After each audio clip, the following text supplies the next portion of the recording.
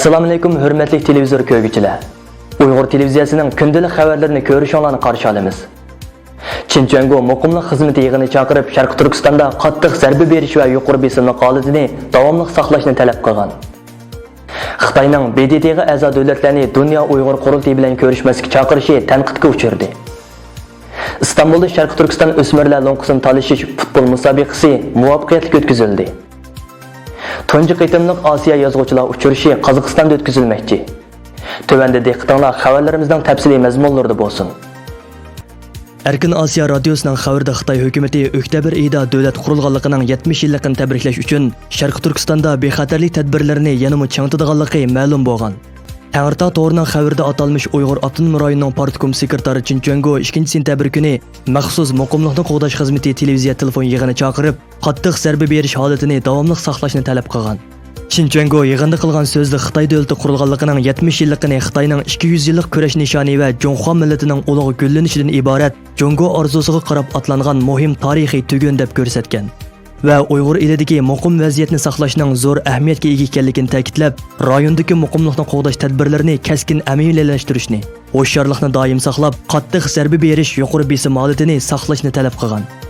O bundan boshqa yana chet ellardagi kishilik huquq faoliyatchilarining izchil tanqidiga uchrab kelayotgan millatlar ittifoqlashib bir oila kishilardek bo'lish va millatlar ittifoqligi birlashma do'stlik faoliyati degandek faoliyatlarni alohida tilga ilib, bundaq faoliyatlarni yanada cho'nqur qanot yaydirib, har qaysi millatlarning aloqalashishi, almashtirishi, yo'g'rilishini kuchaytirish kerak. Vatanparvar diniy zotlarga g'amxo'rlik qilishni kuchaytirib, dinni sotsializm jamiyatiga moslashtirishga faol yetaklash kerak deganlarni ta'kidlab, muqimlikni qo'g'dashda partiya, hukumat, armiya, soqchi, biyontuan xalq moslashib birlikda harakatlanish kerakligini bildirgan. Xabardan qaraganda mazkur yig'inga Avtonom rayonlik xalq qurultiyi, hukumat, siyosiy kengash, Xinjiang harbiy rayoni, Xinjiang ishlab chiqarish qurilish biyontuani, Uyg'ur Avtonom rayonlik yuqori xalq sud mahkamasi, Avtonom rayonlik xalq taftish mahkamasi, Qo'rolliq soqchi qismining Uyg'ur elidagi bosh atirti qatorliq o'rinlarning boshliqlari qatnashgan. Dünya Uyg'ur qurultiyining bayonotchisi Dilshod Rashid yuqoridagi bu muqimlik xizmati haqida to'xtalib, Uyg'ur elida muqimlik bahonasi bilan 3 milliondan ortiq Uyg'ur va boshqalar lagerga qamalgan ham butkul rayon allaqachon bir usti ochiq turmaga aylantirilgan bir sharoitda yana muqimlik tadbirlarini changitishdan so'z echish kishini cho'chitadiganligini, Chinchuangoning atalmış Xinjiangni idora qilishda partiya, hukumat, armiya, soqchi birlikda harakatlanish kerak deyishining o'zili rayondagi darajadan tashqari besimdan derak berib turmoqda deb ko'rsatdi.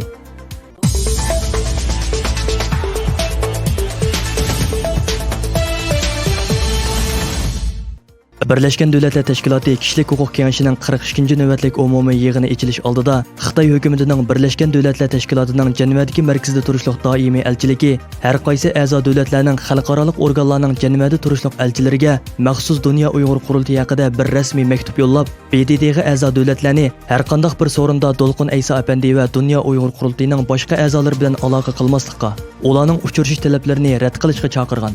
Mazkur maktubda yana Dunyo Uyg'ur qurultiyining raisi Dolqin Aysa apandini Xitoyga qarshi nomi chiqqan bir bo'lgunchi, shundaqla bir qancha jinoiy voqealarga va zo'ravonlik voqealariga chetilgan bir terrorchi deb ilgari surish bilan birga Dunyo Uyg'ur qurultiyining atalmış Uyg'ur Avtonom rayonini Xitoydan ayirib chiqishni maqsad qilgan bo'lgunchi tashkilot ekanligini eskartib, Dunyo Uyg'ur qurultiyi BDT xavfsizlik kengashi tarafidan terrorchi organ deb tizimlangan Sharq Turkiston Islom harakati tashkilotining siyosiy tarmoqi ekanligi targ'ib qilingan.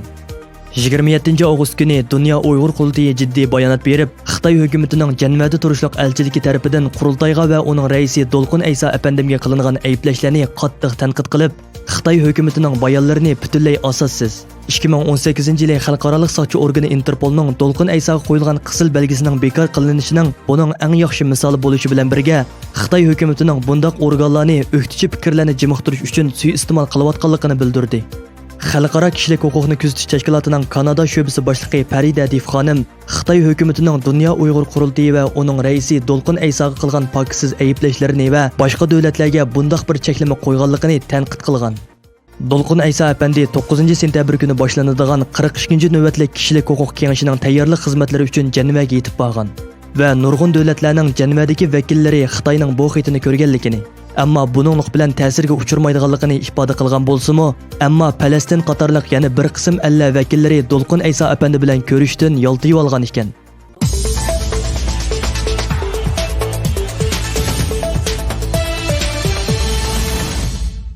İstanbulda Sharqi Turkiston tantarbiya va taraqqiyot jamiyati tarafidan o'rinlashtirilgan Sharqi Turkiston o'smirlar lonqusini talashish futbol musobaqasi 25 avgustdan boshlanib, 3-sentabr kuni g'alabalik oxirlashdi.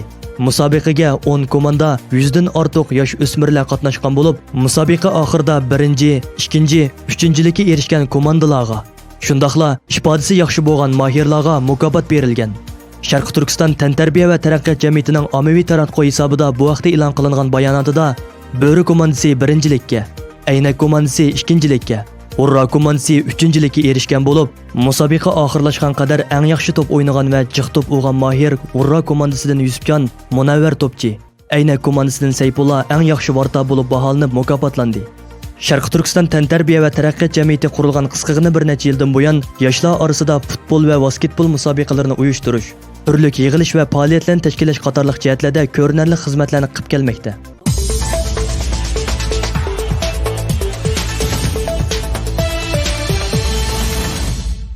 Tunji qitimliq Osiyo davlatlari yozuvchilari munbir yig'ilishi 4-sentabrdan 6-sentabrgacha Qozog'istonning poytaxti Nur-Sultonda o'tkaziladigan bo'lib, Qozog'iston Madaniyat va tantarbiya ishlari ministrligining muavin ministri Nurgisa Dashev muxbirlarni kutib olish yig'ini orqali yozuvchilar munbir yig'iniga 38 davlatdan 300 ga yaqin yozuvchi va adabiyotchilarning ishtirok qiladiganligini, tunji qitim echiladigan bu yig'inning Osiyo davlatlari yozuvchilar orasidagi hamkorlikni kuchaytirishni, adabiyot sohasining gullanishi yo'lidagi tajribalarni almashtirishni va Osiyo adabiyotining kelajagiga munosabatli saqlanayotgan masalalarga chora izlash qatorliqlarni nishon qiladiganligini bildirgan. Xabarlarimizni ko'rganinglarga rahmat. Ko'rishgacha omon bo'linglar. Xayr xo'sh, Allohga omonat.